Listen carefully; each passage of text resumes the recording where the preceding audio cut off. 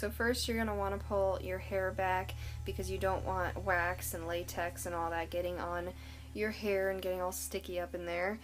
And then now we're going to be taking a lighter foundation than your skin tone. And the closest I got was this Revlon Color Stay Whipped in 110 Ivory because it is just slightly lighter than my skin tone. We're not going to go for the whole white skin effect because a lot of people do that. I'm just going to go for paler skin.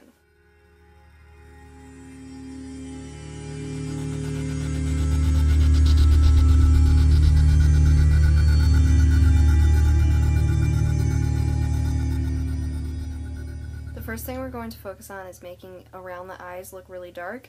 So if you have oily eyelids, go for an eyeshadow primer first, just so it doesn't crease and it all looks like one color. If you don't, then you can skip it. Now instead of just a black color, you're going to want to work with some darker purples and blues.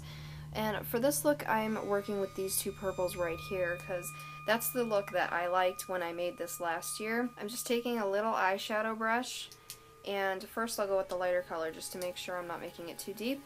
And this is going to go under my eyes, all over the place. And it doesn't matter if it looks perfect. I mean, it's supposed to look messy because we're a zombie.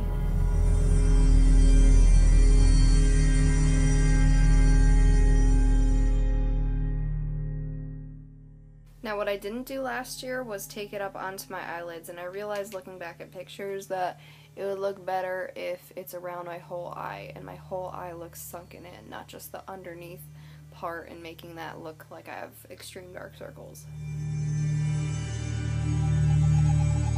Now we're going into the darker purple, and we're going to mix some of that in as well, just so you have some dimension.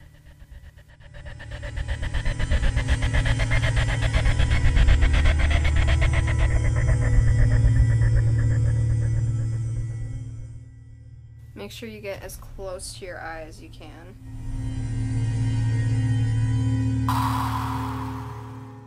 To make your eyes look more sunken in, we're going to take the darker purple and put it more towards the inner eye.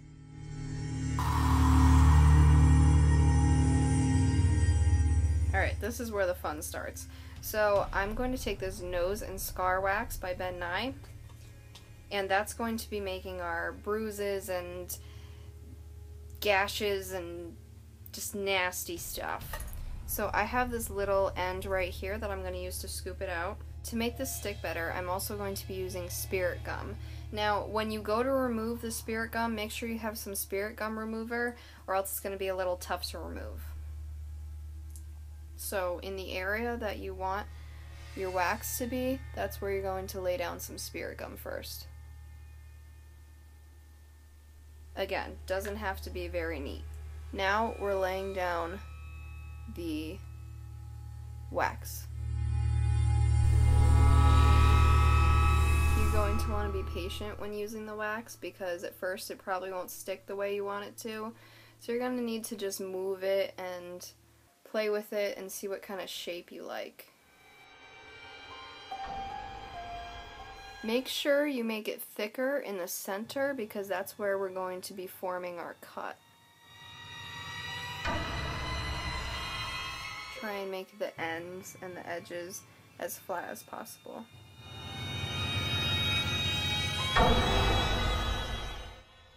If you have a cloth on hand, that would help if things get a little messy. Again, it doesn't have to be perfect looking because we're a zombie and things are going to get messy anyway.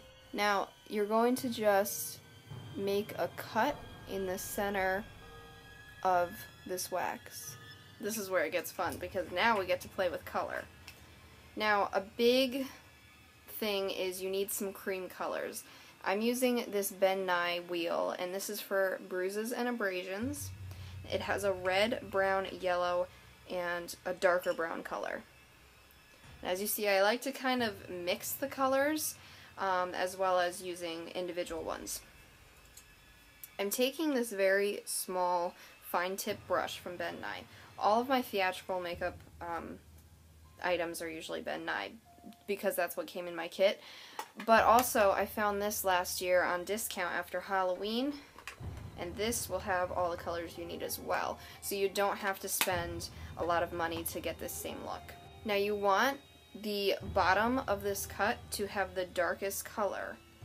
You always want it to be the darkest the farther down it is, because if you think about it, the farther down you look into something, the darker it is. So that's exactly what we want to do here. So get that nice dark brown color. And we're putting it right into the bottom. This will create dimension. If you get some on the outside too, that's totally fine. I mean, it's just going to end up looking more like a bruise. Then you'll take that little bit of a lighter brown and start working that into it. This is going more on the edges in the inside.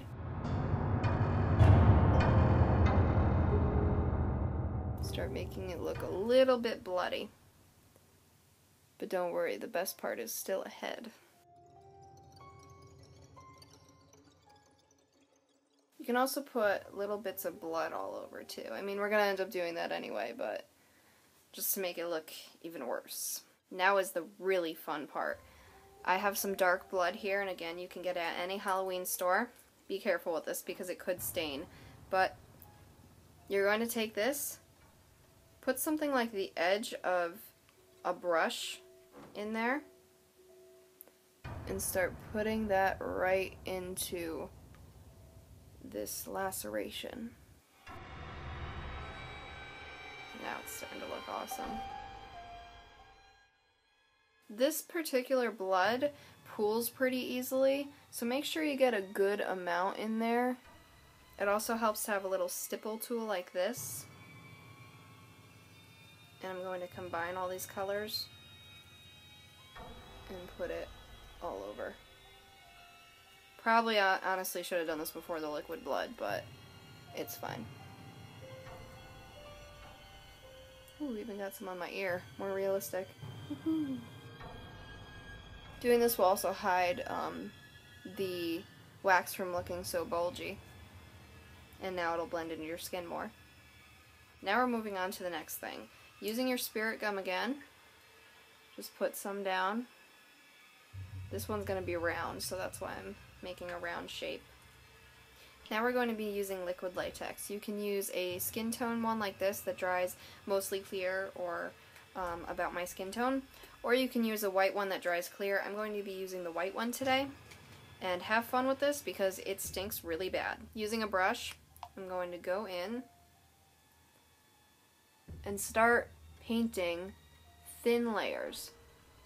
You don't want super thick layers with this.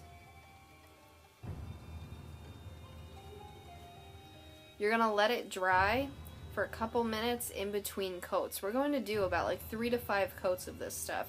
We want to build it up slowly so then we can tear it away, and you'll see what I mean.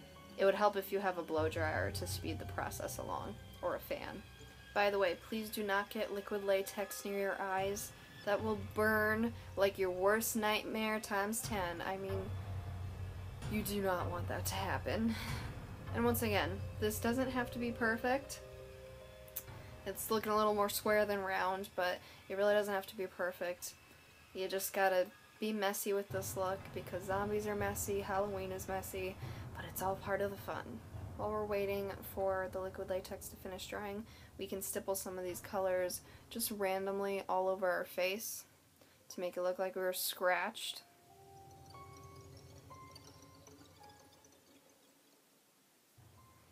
What's also cool, we can take our fingers, put them in the red, get a good amount of color on there, and go down like that. There are very simple tricks to make this look even worse. Alright, now that the latex is pretty dry, we're going to start tearing it. You may need more than your fingers to do this.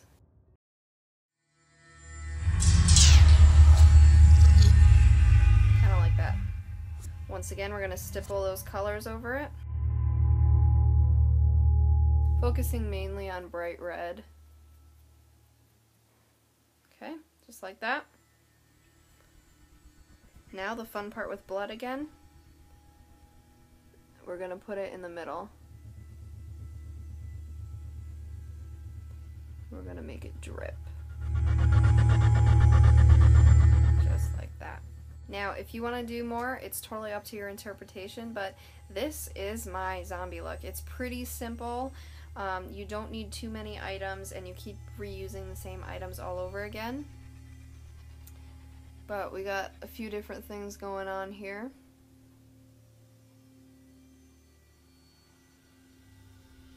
Just remember to make yourself look horrifying and scary and dead, and you got the concept. Thank you so much for stopping by to see my first Halloween tutorial. I hope you guys enjoyed it. It was so much fun, and I've been wanting to do this since last Halloween when I did it for a Halloween party.